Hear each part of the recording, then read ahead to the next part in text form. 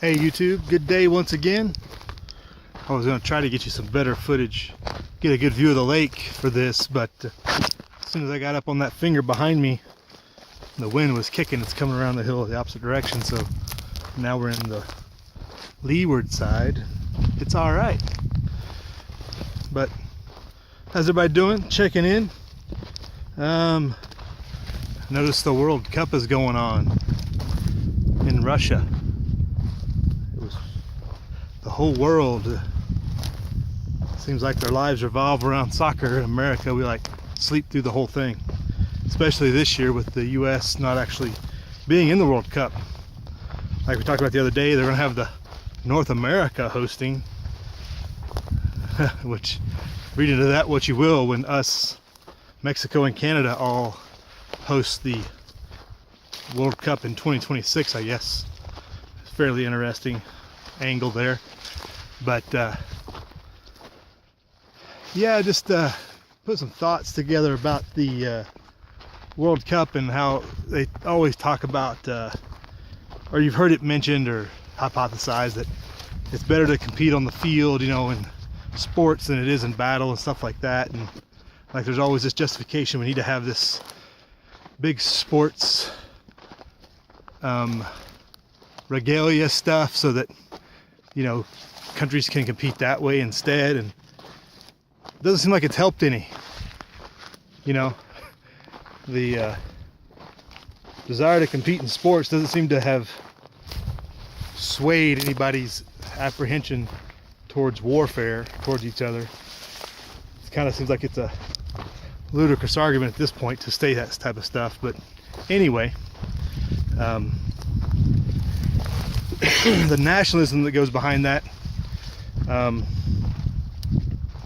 in this movement towards one world government, is it a good thing, or is it just playing right into their hands of making us think we're all still separate nations, especially when you're out there competing under this flag and whatnot in sports, but yet in actuality and controlling and rules and whatnot, y'all are, I shouldn't say y'all, us are all under the same controllers. You know, and that gives a presumption of nationalism. I think I'm about ready to hit some wind more, so I have to stop for a minute before I come back around the other side here, get this all in.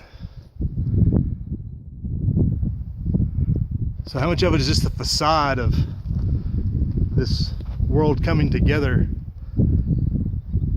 in peaceful competition, when it's more of a show just to keep everybody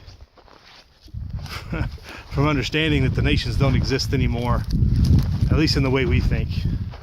I mean, there's obviously still some significant differences, but are the powers that be not working towards everybody being one united, one world government? Isn't that what's going on with all the World Bank, IMF, all the other stuff that goes on? But yet we're supposed to feel that because we compete on a sports field that we're separate. Just some thoughts. You can only stoke the fires of nationalism so far, though, because it will ultimately backfire, would it not? I don't know, it's kind of a conundrum. Yeah, the wind isn't going to cooperate. But there's some thoughts as I was watching this coming up. Americans, you know, really don't care about the soccer thing. The rest of the world sure enjoys it. Well, I guess everybody in LA, pretty much everybody in LA cares about soccer. But I don't know that it really means that much when you think of, like Bikes has pointed out numerous times, as much as Russia and the United States prod each other supposedly politically and in public, yet we're working together in space. How much of that is just for show? Not the space stuff, the stuff down here, the politics. How much is that just for show to keep the populace in the dark?